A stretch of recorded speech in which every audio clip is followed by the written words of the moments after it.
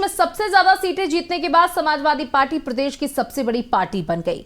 सपा अध्यक्ष अखिलेश यादव ने खुद कन्नौज लोकसभा सीट से बड़े अंतर से जीत दर्ज की। ऐसे में माना जा रहा है कि सपा अध्यक्ष अब यूपी छोड़कर केंद्र की राजनीति की ओर रुख कर सकते हैं। ऐसे में यूपी विधानसभा में नेता प्रतिपक्ष का पद छोड़ सकते हैं।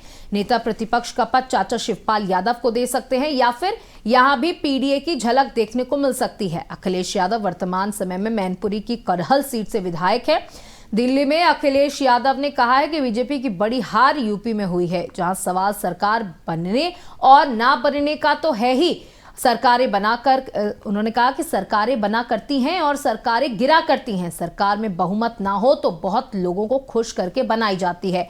आगे उन्होंने कहा कि अयोध्या की जनता का दुख दर्द आपने देखा होगा। उन्हें उनकी जमीन का पर्याप्त मुआवजा भी नहीं मिला, उनके साथ अन्याय किया गया, उनकी जमीन बाजार मूल्य के बराबर भी नहीं ली गई। आपने उन पर झूठे मुकदमे लगाकर उनकी जमीनें जबरन छीन ली। इसी किसी पुण्य काम के लिए आप गरीबों को उजाड़ रहे हैं। इसलिए मुझे लगता है कि अयोध्या और आसपास के इलाकों के लोगों ने भाजपा के खिलाफ मतदान किया। तो देखिए, उत्तर प्रदेश में जो सपा ने एक बेहतरीन प्रदर्शन करके अपने आप को सबसे बड़ी पार्टी के रूप में स्थापित कर लिया है, उसके बाद अखिलेश यादव जो है अब वो बड़े लेवल की राजनीति करने लगे हैं। और जिस तरीके से अब वो बातचीत कर रहे हैं वो भी अब ऐसा लग रहा है कि केंद्र लेवल की बातचीत हो गई है, क्योंकि अब वो उत्तर प्रदेश को शायद छोड़ सकते हैं यहाँ पे नेता प्रतिपक्ष का पद भी। उसी के साथ साथ उन्होंने अयोध्या सीट का भी जिक्र किया। उन्होंने कहा कि मंदिर तो बना लेकिन उसके साथ गरीबों का कितना दिल दुखाया गया, शायद यही वजह है जिसकी वजह से अयोध्या और आसपास की सभी सीटें बीजेपी हार गई।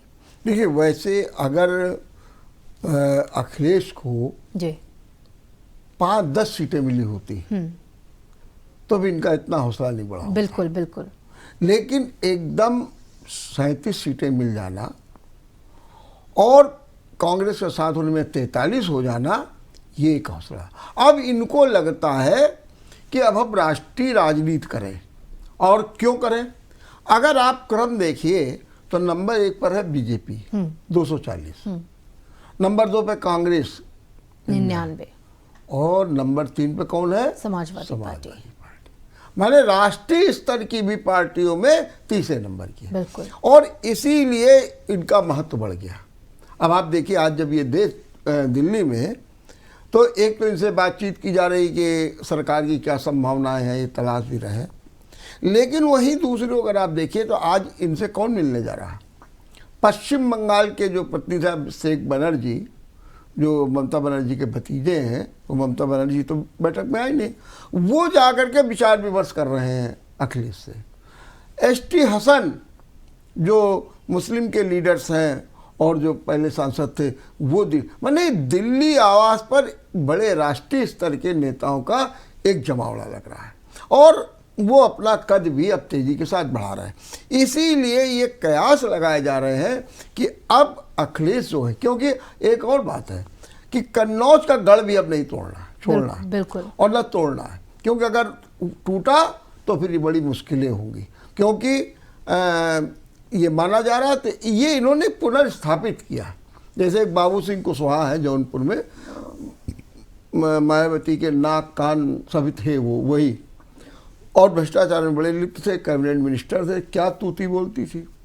लेकिन एक समय आया बिल्कुल जो है किनारे लग गए। आज क्या हुआ, जौनपुर से जीत गए तो उनका राजनीति में पुनर्जन्म हो गया। बिल्कुल।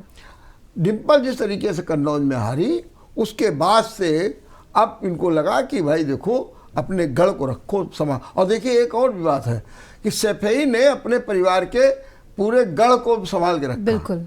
5 जीत गए।